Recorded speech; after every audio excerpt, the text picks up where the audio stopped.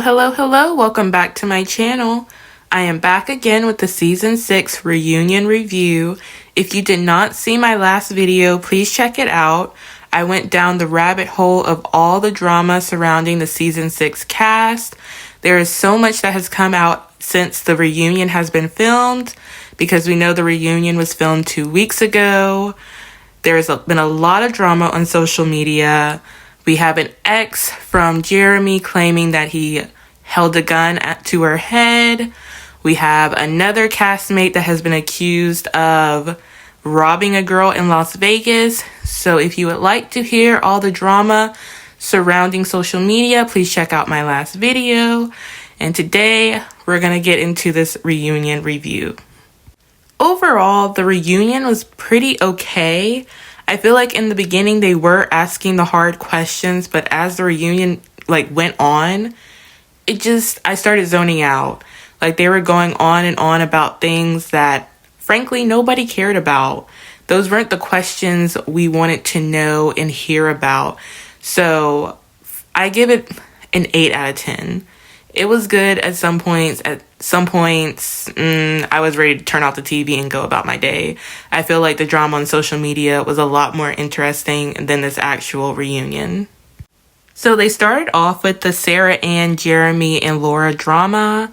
We found out that Sarah Ann and Jeremy are, in fact, dating now. And Sarah Ann is just so happy to have a loser. I just don't know why she feels like she won some type of prize. There has been so much drama surrounding him and coming out from exes and everything. I wouldn't want to deal with that, because that's a bad look on you too. I mean, you have your own bad looks from your actions, but to sit up there and deal with that and not think, why are so many people having a problem with him? You need to evaluate why so many exes have a problem with him, because that means there is a problem with him. I just want to know, if y'all did nothing wrong, why did you feel the need to lie then? Once you start lying before anybody even asks you any questions, that means you did something wrong. Because why are you lying before I even get to the hard questions? You came here with your story already made up. You both agreed on it. You did something wrong. That's suspicious. And Jeremy tried to say that producers tried to make it look worse than it was. Sir, it was bad. Did you watch it back? They couldn't make it look worse. It was bad. It looked bad. It was bad. That's how it was. That's how it was perceived. I don't know any other way you can tell somebody, hey, I stayed out to 5 a.m. with my ex, and not think somebody's not going to think that's a bad thing. You did that to yourself. The producers did nothing but collect the check on it. I understand that Jessica's BFFs with Laura, but I could not understand why she was coming so hard at Sarah Ann when she was ready to do the same thing to Jimmy. But I know she said his looks were not an issue, but honestly, I think when she saw him, she was like, it's not worth it, honestly, at this point. So, but you were still considering doing the same exact thing she did. So why are you giving her so much heat about something that you just didn't have the courage to do, or you stopped doing because your guy just didn't look that good? Next, they showed some never-before-seen footage of Sarah Ann and Laura having a talk at the lake meetup.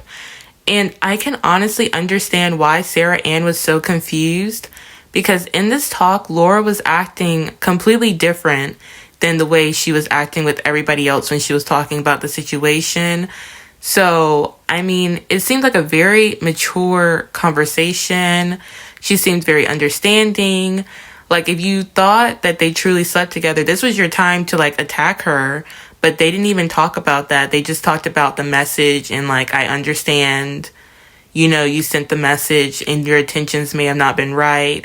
It just seemed more of okay, just be careful with him. But I think she was honestly just trying to deter her from dating Jeremy. And that's actually why Laura is mad. I think Laura may know that they did nothing, or she may be suspicious 50-50 on did they do something, did they not do something. But the fact that Sarah Ann went on and dated Jeremy, that's what's really making her mad.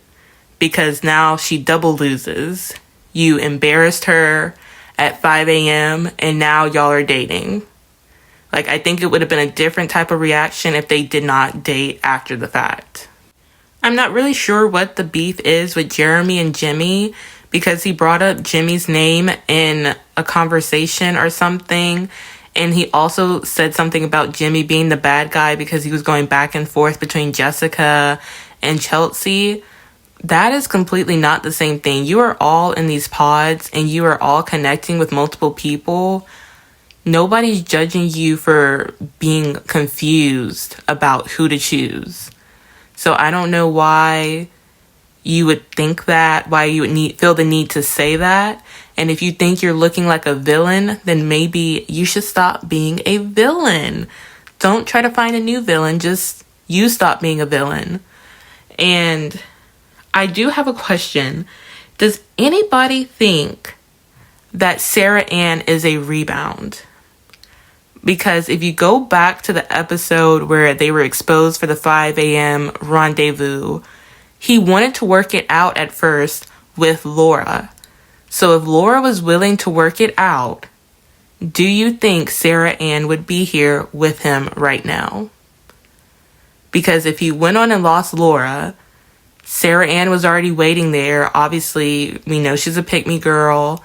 She's waiting there for him. She already made that very clear. No matter what happens, no matter how far they got into the experiment, if it didn't work out with Laura, she would have been waiting there.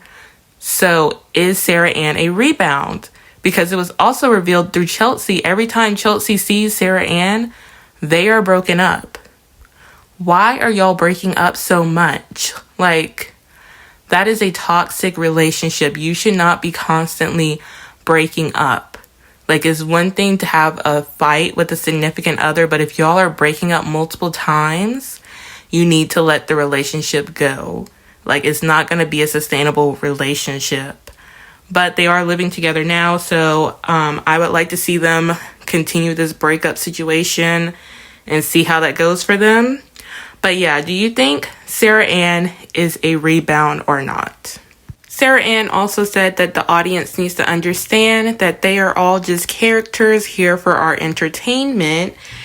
And everybody had a lot of backlash for her because they were like, this is our real lives. We're here to really find love.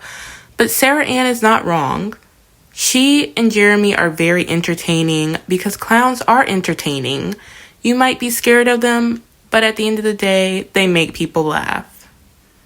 So Jessica removed Sarah Ann from their group chat, and Sarah Ann unfollowed all of them from their socials after the meetup at the lake. And honestly, they're both in the right, because if you don't get along with any of the girls, why do you need to be in this group chat? Like, we're not bonding, so I would have kicked you out of the group chat. Plus, you weren't part of the main cast because guess what? He did not choose you. Why Jessica's in the group chat, I also don't know, because technically she wasn't...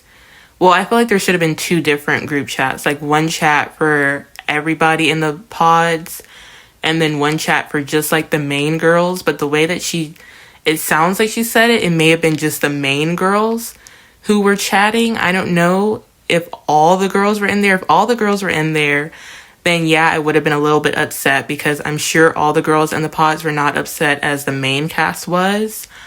But if it was just those main girls, then yeah, you didn't need to be in the chat if you don't get along with them. And I don't know why y'all expect her to follow you if y'all removed her from the group chat. Like, why do we still need to be friends on social media? Like, if you set a precedent, I'm going to keep it. I honestly thought when I first heard that Trevor and his girl had broken up, in my mind with the timeline, I thought maybe him and Chelsea had met back up at the reunion and decided to give it another chance. And that's the reason why he had broke up with his girl. But no, Trevor, I just don't like him.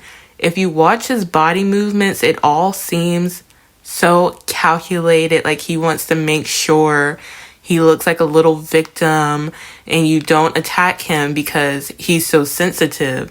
I was so happy AD was like, come on and let it out, because the way his eyes were moving, I was like, I already know you're about to start lying. I know you're about to start lying. I don't know if he was lying, because whatever he said was just a bunch of mumble jumbo. Like, what are you saying? Yes, I was dating her, but we had a toxic relationship. But I wanted to meet somebody in the pods that I wouldn't normally date in real life. And if he had gotten with Chelsea, he said he would have stayed with Chelsea and broken up with the other girl. But yet when you left the pods, despite you knowing y'all have a toxic relationship, you told her you were going to marry her. Go seek help. Go seek help, because you said you rehearsed all of this in your head. Try again. You should have let ChatGPT write you an apology letter. What are you talking about right now? Like, you had a girl that you knew was toxic, but you came here to find something different, and you would have stayed with this person. But since it didn't work out with this person, you decided to just go back with the other person. That is crazy behavior. You need help. I am so happy that Chelsea listened to her intuition, even though as the audience, we were also fooled. I'm happy she listened to her intuition. Do not be like AD. Do not paint your nails red. We are not Doja Cat. We are not painting this town red. Okay? Stop it. Put the red down, throw it away, erase it from your memory. So we get to AD and Clay, and AD's dress, I know in my last video, before I started going in on the drama, I rated everybody's outfit looks, and I gave her a 2 out of 10. But now that I get to see it up close, I'm going to give it a negative 10 out of 10. Why can I see your nipple pasties? Like, everybody is dressed up so classy right now, and you are in this ugly see-through dress. And for goodness sakes, can you please change that nose ring? Like, it is not doing anything for your face. Just have something more dainty. Like, it's just, I seriously just want to go up to her and just yank it out her nose. Who chose your outfit? Why did you think that was a nice outfit to wear? Just stop it. But anyways, we listened to Clay say a whole lot of nothing. So I'm just going to translate it for you, because we all don't know how to speak BS. So I'm going to translate what he said. So in summary, he didn't expect to get so much backlash and thought his looks would carry him. Now he realizes AD is the only one who will put up with his mess and enable him. It's not a direct translation, but it's pretty close to what he meant when he said, "You are the love of my life." Love of my life just means the person who's going to let me do whatever I want for the rest of my life. I was so confused the whole time AD and Clay were like talking or interacting during the show, because it seemed like she still had feelings for him. And at first when he started talking about "you're the love of my life," she started crying. And I was like, girl, why are you crying? Why are you crying right now? But then when it got to her, she was like, no, you had your shot already. And I was like, what? You just were at his house in December. You were just there in December. So that makes me think that they, in fact, did date after the show, because we know they were in contact after the show. So they had to date after the show, and I think they broke up again. So all the backlash or all the arguments she was giving him on stage tonight had to do with their second breakup, because she was bitter about that because she gave him a second chance and he messed it up again. I'm happy AD said that nobody wants to be like Clay's mom. The whole family talks very nice. Like, if you listen to them, it kind of sounds like they're very rehearsed and like they want to sound so wise and everything, which she may be wise now. She may have learned her lesson. But something about his family just gives me off vibes. Like his dad's speech, all his speeches, his mom's speech. I'm like, what are y'all going on about at times? Like, okay, you're great speakers. Maybe you should change your jobs. But anyways, I know that everybody keeps blaming his father for his father cheating, but you can't take away the fact that the mom still should have been there as a woman, teaching him how to treat women and how to treat your future wife. So even though he was watching his dad cheat and everything, his mom still could have came in and taught him how to treat women. Because obviously all he does is sexualize them. Even according to his ex-girlfriend, he just sexualizes all women. So two parents could have came in and helped. If where one parent is lacking, this parent could have came in and corrected what he was losing. How did Clay not watch the show beforehand? Like, what did you think you were signing up for? And if you look at their application, which I have the application in that last video too, I go through it, it has on there, we encourage you to watch previous seasons so you know what you are getting into. So why did you wait until you were actually on the show to watch the previous seasons? And you only looked up to Brett because you saw how much attention he was getting from the show, because they're a fan favorite couple. So when he said, oh, he says the right things, like, what do you mean by he says the right things? Like, what does that mean? Are you saying he's a good husband? Or are you saying he just says the right things? Because people can say a lot of things, but what are their actions? Like I said, you're always giving these speeches where you're trying to sound so mature. It doesn't matter what you are saying if your actions are not matching up with it. And I'm so happy Brett told him, we come from similar backgrounds with our families. And it's okay for everybody to be nervous about getting married, because that is a lifelong commitment, or supposed to be a lifelong commitment. So that is understandable if you are nervous in that sense. But you should not be blaming your parents or anybody else because you do not last in a marriage. You are an adult. You know right from wrong. We all know not to cheat on our partners. We all know not to lie, not to do this. So you have nobody to blame but yourself. Being nervous about a lifelong commitment and what may come down the road with finances, kids, and all of that is one thing. But to sit up here and blame your parents for your whole downfalls and the fact that you're not ready for marriage is two separate things.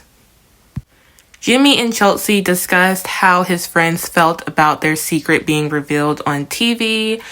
And of course his friends were mad, but he said his friends were also mad at him for revealing it. And this is his wife. Like, she has a right to know if he has slept with any of his friends. Like, if you do not want to go person by person through your exes, that is one thing. But if you're telling me this is a close friend, yeah, she needs to know. Like, she has the right to know that. So the friends have no right to be mad about that, because anybody would want to know if this person around them has slept with their man. And also is going to put like indicators in her head. Okay, if this girl is throwing shade or she's just acting nasty towards me, you will know why that's happening. And that makes a huge difference when you know that information, because it's going to change the whole way that you work around it. But I still don't understand Chelsea and her ex's relationship, because she said they don't hang out, but yet you FaceTimed him when you got your phones back. Like, why did you feel the need to FaceTime him if y'all do not hang out? I just don't understand why did you need to FaceTime him? Who cares? If y'all don't hang out, if you see him in the grocery store, okay, then you can tell him, hey, I have a fiance, I have a husband. But why are you going out of your way to FaceTime him? Like, that is a little weird to me. We finally got to Brittany and Kenneth, and I still have so many questions. Like, y'all could have interrogated Kenneth a little better than that. He said that he was always on his phone to talk to his parents and students because they're super connected. Sir, what principal talks to their parents and students that much? Like, you are lying to us. I know it's a private school, so it's a smaller school. They should have understood that you were in an experiment right now and you were trying to get to know your fiance. Like, I would tell my parents, these are my working hours. You can contact me at this time. I would not be sitting up there talking to my parents and students that much all day. So who was really behind that phone? Because guess what? I do not care about those parents like that. That is a job. These are not your family members. These are not your friends. Make sure you make that line of distinction there. And he did say that he needs to learn that work-life balance. I'm like, yeah, you're acting like you're a doctor on call duty. Like, put the phone down and connect. You're a freaking principal, for goodness sakes. Y'all don't even go to work for 2 months out of the year. So, anyways, he was still making up excuses, but they didn't ask him, like, what was the disconnect? I really wanted that question answered, because how did it go from the pods, the vacation, to home? Like, what went wrong? What was going through his head? We did not get any of those answers. We do know that they talk on like a daily basis and they're really good friends now. Why couldn't y'all do that during the experiment? Like, these are the questions I expected y'all to ask. So this is what I mean. Like, towards the end of the episode or the reunion, it kind of went downhill. And I started zoning out, like, at this point. I forgot Jessica was mad at Jimmy for something he said in an interview. I really zoned out at this point. I don't really know what they were talking about. I haven't seen the interview, but it was going back to the pods. He said something about she walked out after 10 minutes and they played the receipts. She did not walk out after 10 minutes, but they kept going back and forth about it. And I was like, this is a conversation y'all can have somewhere else. Like, nobody actually cares. Like, nobody actually cares. So I was a little annoyed by that. I was like, y'all can cut this short right now. And then they also talked about Jimmy, like, claiming, like, oh, I'm happy she got a nice edit. And she was like, oh, I didn't get a nice edit because of the conversation she had with Laura. So I'm happy that she does acknowledge that looked bad, because she was looking exactly like Sarah Ann. And she was about to get the same edit as Sarah Ann until she decided to change course. But I don't know why Jimmy felt the need to say she got a nice edit or anything, or act like he had anything to do with the way she was perceived. Honestly, they both sound a little bit bitter at each other, if I'm being honest. Maybe he still had some feelings there. They also addressed the fact that he unsent his Instagram request, but it was all still things that nobody truly cared about, or at least I did not care about. Like, that was all such petty mess. Like, we had more important questions to answer, and y'all are sitting here harping on pettiness for so long. And lastly, we found out that AD and Matthew went on a few dates after the experiment was over and after she broke up with Clay. And Clay did know about these dates, but while AD was giving the story of these dates, she kept looking at him and she was like, he keeps burning a hole in my head, in the back of my head. And I was like, girl, just tell the story. Like, he's looking at you because you're talking. Like, you're trying to make it more than what it seems. Like, he truly does not care. I promise you, he does not want you. Go ahead and tell this story. He is not jealous. He does not care. We do not care. Go ahead and get this story over so we can move on with our nights. And Jessica will be on the new cast of The Perfect Match. I had already heard this before, but I couldn't see any confirmation about it. So I'm really happy to see her story continue. And of course, I will be doing reviews of The Perfect Match to keep up with her story. What was your favorite part of the reunion? Like, did you also zone out at a certain point? What questions did you think should have been answered but weren't answered? And if you haven't checked out all the drama that is happening on social media, please check out my last video. I will link it down in the comment section below and the description box below. Don't forget to like this video, comment, and subscribe. And I will see you next time.